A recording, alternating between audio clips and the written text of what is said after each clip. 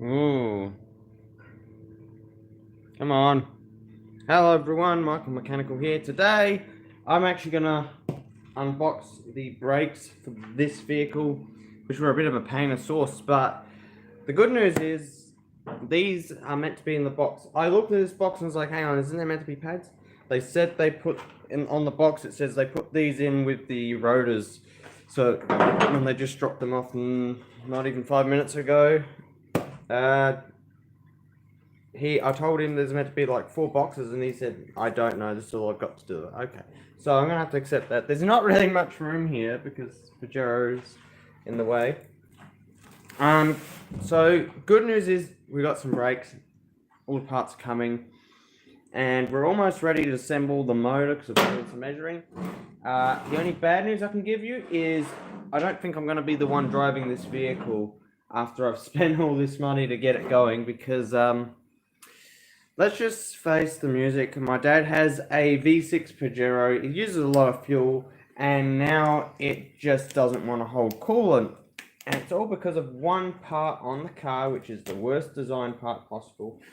And it was essentially a bellow manifold seal, which always lets go. Essentially, it's, you know how you have the water, the water pump housing, and on the V6 it's got this pipe that goes in the valley, and to access it you have to either take off all the timing belts or take off the entire top of the valley to access that pipe. Now my dad's one just won't stop leaking, and so we put in some because we don't have Quicksilver or a silver bullet or whatever they want to call it. I use this radiator stop leak because this isn't actually designed for that specifically. It's designed for radiators and getting you out of trouble when you're in the bush bashing or something, and so you can get your stuff repaired. I'm hoping that will last, because I don't want Dad to melt down his whole car, as in his engine, and seize it up. That'd be a waste of money from his part of the world. Now it's just gotta keep cutting down. This will release the brake rotors. These will be the 232 rotors that you can't get anywhere. Well, you can. They still make them. It's ridiculous how they do it now. So these ones say RDA 238s. These are actually, yeah, that's right. That's the DBA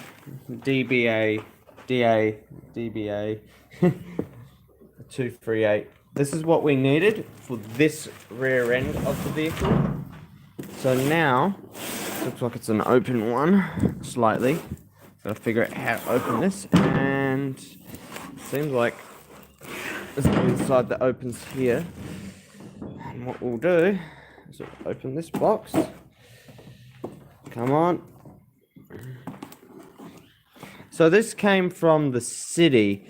So from where their warehouse is, they're in the city.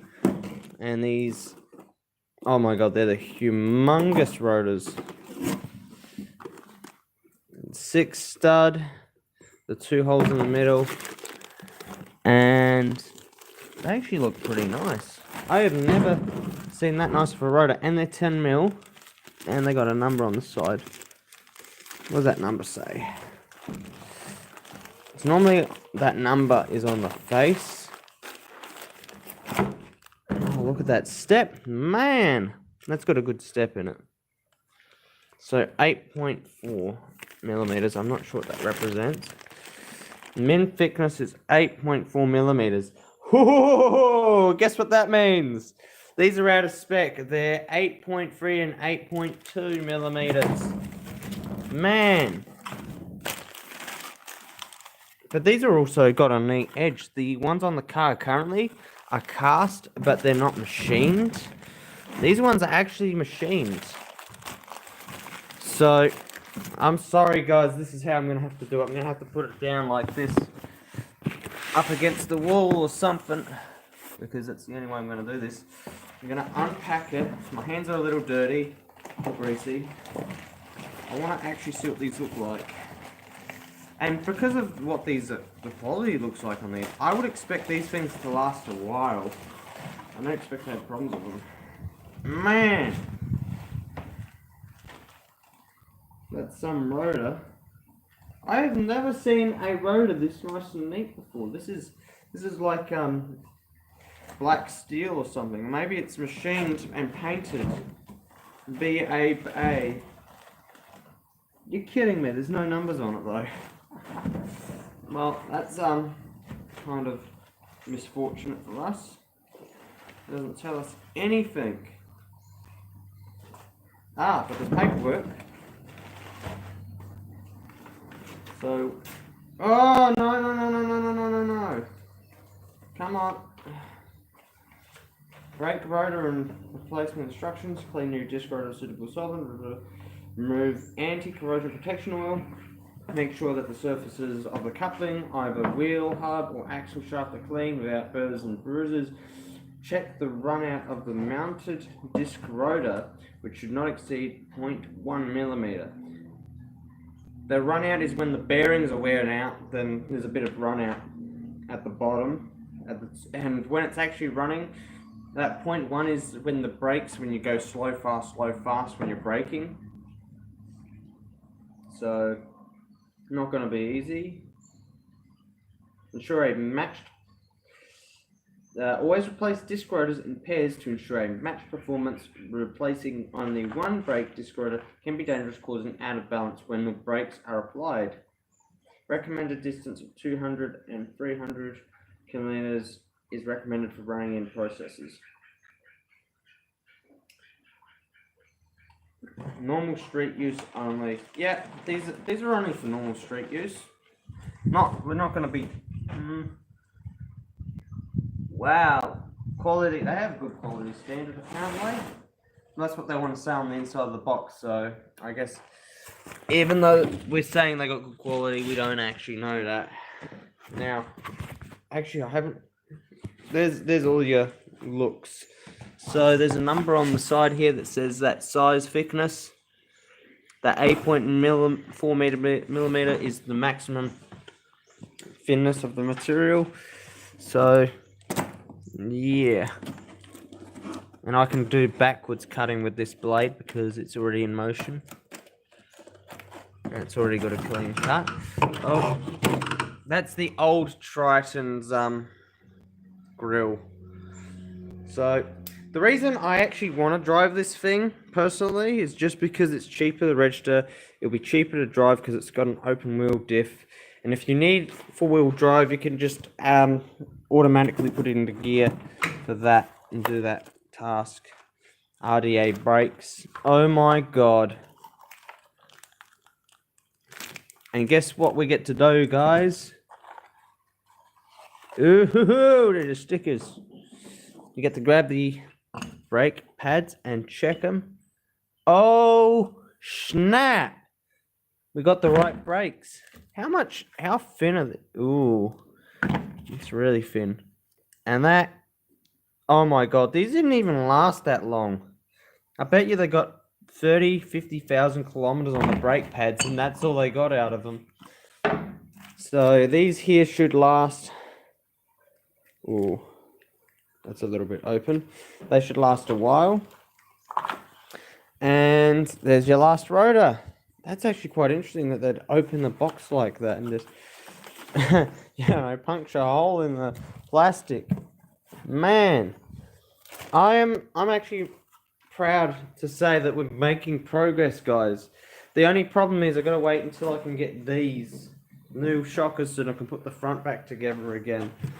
Because not only do I have to go under the car to put the front together, I literally want the front up and the fixed so that I can then put the bar back in underneath the transmission. So then once the bar's in there like it was before, it's ready for the engine to go back in. So I need to get some paint, but I'm gonna let Dad do it because it's rusty right there, and on here you can see it's a little bit rusty. And there's no tray for that one, so I don't know if we should get a tray or what we should do with that. But as we can see, there's like a little bit of rust everywhere and it's a bit coarse. And then there's the welding job to do over here. That little crack there. Crackerjack Bob. I have no idea how they would have done that. There's a bunch of rust in here, but you know, we don't have to do the whole thing, but Dad wants a nice new car look. So I guess we got to clean it. Guys, we got to clean this. And I can't do the rear while it's on the ground. But the good news is, I should be able to, even on video, I can actually do the rear end. Very, very simple and easy. One is the jack. It's not the most safest way to do it unless I put, you know, everything on that needs to be on. Oh, that's unfortunate. Come on, stop walking. Come on. We go over here. And then we go. Push that jack under. Under that depth. Now the only reason this is actually a little bit dangerous is just because the light ones at the front and any imbalance of the vehicle could actually result in, well, let's just say it rolls away, falls to the ground, it could break some really important gizmos. But I'm going to take my chances because I can throw the jacks under the car once the wheels are in the air. The wheel nuts are not tight because I did them. Oh no, this thing's in the way. I need a new one of these, guys. New one of those.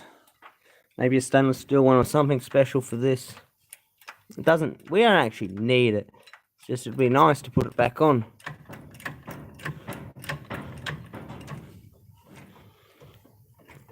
Come on.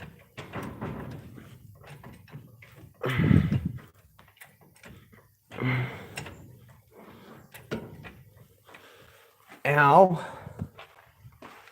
But good news is these jacks are perfect.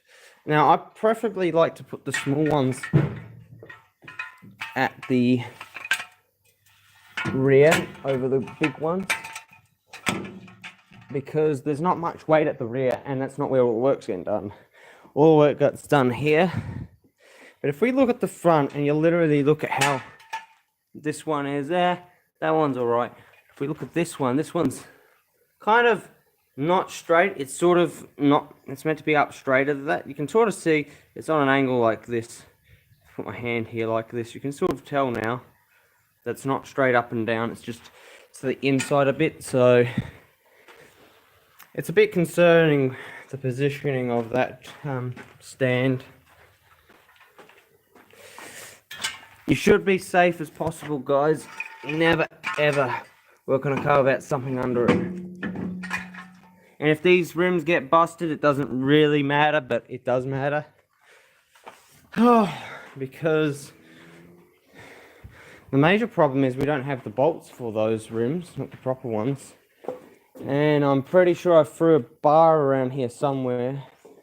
I'll just use the pry bar, because then I can pull the rear apart a little bit and do some work there.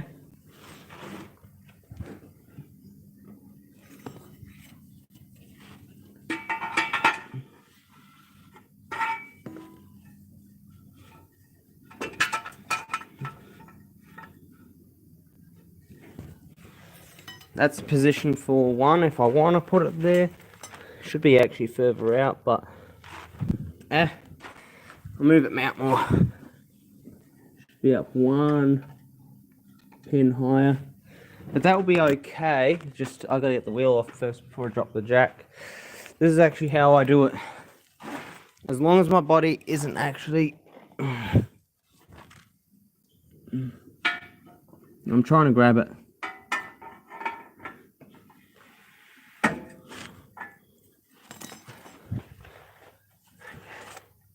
So if my body's not actually, what do you call it, under too much, then I can't likely get hurt as easily. So that's sticky ground. That's why I like the hook. I can pull it. I can't do this with the freaking phone as well. Okay, I'm gonna have to do this the stupid way. They're supposed to be over here. Maybe even more over. That means don't break anything. But the way I gotta do this now, the rear's ready to come apart. I just need the T-bar, the white ones.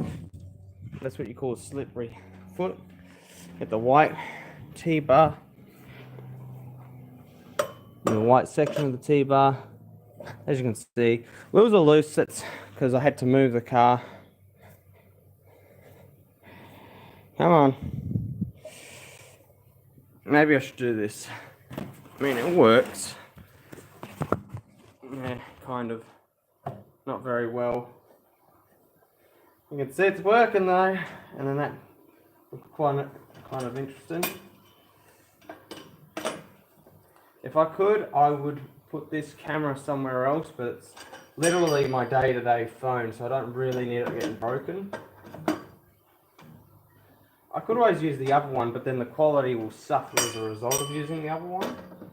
And I also don't have a phone stand or nothing, so that's the issue. So if I get this wheel off, I got to get a 17mm on the back, undo those bolts, maybe by hand. I might be able to do it by hand.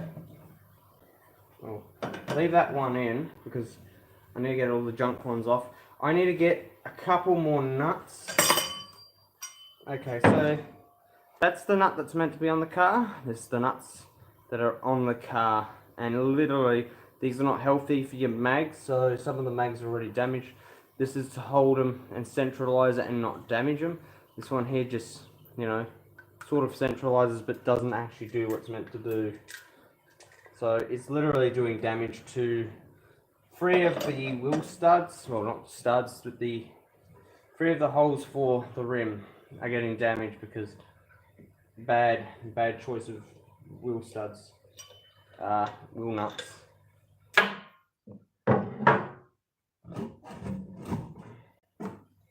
Not to mention there should be a fifth one of these rims because you can't put them on the car with those. Well, you can, but you shouldn't. They have the thread at the end, like normal, but, well, this is meant to do 2 purposes. Go in further, whereas this one doesn't really. I guess this is okay. I won't complain. These are better than these, but they'll do the same job. Now, I don't know if I did these by. Yeah, they're mechanically tight. So I'll go grab the tool. Quickly grab the what am I looking for again? Tool. And it was like a 17mm. Having a pain. And I get in here. At least we're making progress on this car. It's not like it's sitting there any longer. It's actually getting work done to it. It's almost ready to go together. It's not sitting anymore, literally. So that's the good thing. If it was still sitting, I would be in a lot of trouble. As in, all my time would be, you know. I made my dad get this car because I wanted the engine out of it, because it was diesel, and diesels are expensive to get the engines, and when he got this thing, I did not expect. Oh, I'll have to get a light in here and check this out. Guys, if you are in the comments, please let me know to come and check out the wheel well in the rear if I don't remember it myself, because I'm good at forgetting.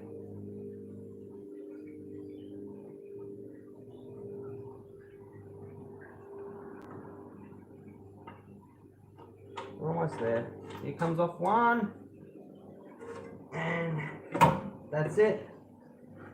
Now the only thing left to do is pull off the sample.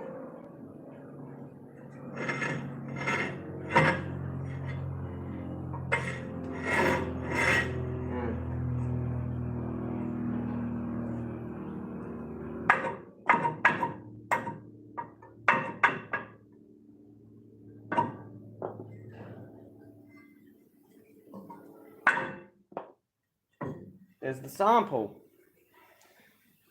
So let's validate it's the right damn rotor. Right dang rotor. So then we can do something with this. Okay. So, my hands are getting filthy now. I'm literally using my pants because I don't have a towel anywhere. It's not like everything's readily available. Okay, so RDA brake pads have been identified to be correct ones. To identify that these are the right rotors, simply put this one on top of the other, set them nice and neatly, and we'll line up here and here. Then to validate the hat height, simply put it there, move this box out of the way, and then if you sit them side by side, you can see there's not really much of a loss of material there, but you can look, and they're exactly the same height here. Well, pretty close. I mean, this one will be smaller because of this face here is worn off, whereas this one hasn't. There's literally no material here left, and this one has a crap ton. And as you can see around this edge, it looks like a casting, whereas here it's nice and machined. You could call this rust, but that's definitely not rust. This here is a machined surface. This one here is a rusty surface that's cast. They machine this, but not this. This is machined the whole thing. That's like a CNC'd rotor. So guys, we're able to now replace the rotors on the car. They finally arrived. These will last a while. We've got new brakes all around the car, except the rotors at the front are a bit dirty. I guess now we got a lot more work to do. And I got to get the car down on the ground again. But I also have the other wheel to take off, or else I probably won't be able to get it off in the air. So what I'll do is I'll finish this video, get the wheel off, put it on the stands and leave it alone, and do what I need to do until I get the shockers, in which I'll do that when I get them. Anyway guys, thanks for watching. Michael Mechanical signing out with an ND Pajero, which those are NL parts, which is strange. And while we're here, just one last thing before we go. Does this say ND anywhere at all? I don't actually see a plate that says ND. This is model. I'm reading it. It says N. Really? NL?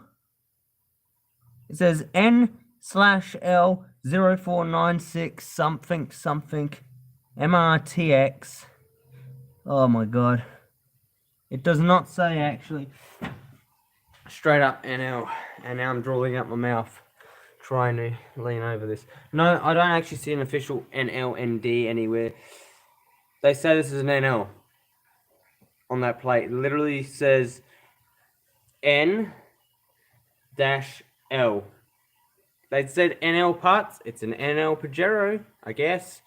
I looked at an NL Pajero. It's a 2000 model. It can't be an NL Pajero. This directly, straight up, is not an NL. This has got to be an ND like we've been saying. But then again, they literally, the parts we ordered, these are NL Pajero parts for an import. Simple as that. I don't think there's a receipt here or anything that came with it. Or maybe it did, but I haven't pulled it out yet. Later it will come on this in the invoice. Hang on, let me see if I can find this. Oh my god, I keep saying I'm going to end the video and then I realize I haven't ended the video yet. Come on. I'm going to open this thing up. There's normally... Come on. And this bag is just all cuckoo.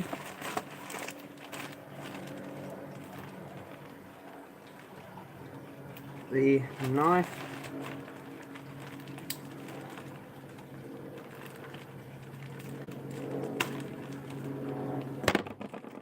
And which I don't want to cut myself with. This says parts in pads in box. Rotor box. So what does it say here?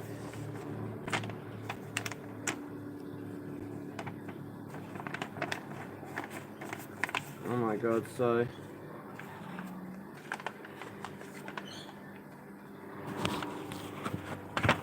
it says RDX and then whatever it is. I gotta be careful with my details. I don't need people rocking up in my place and being like, fix me car, I'm taking your car, this and that.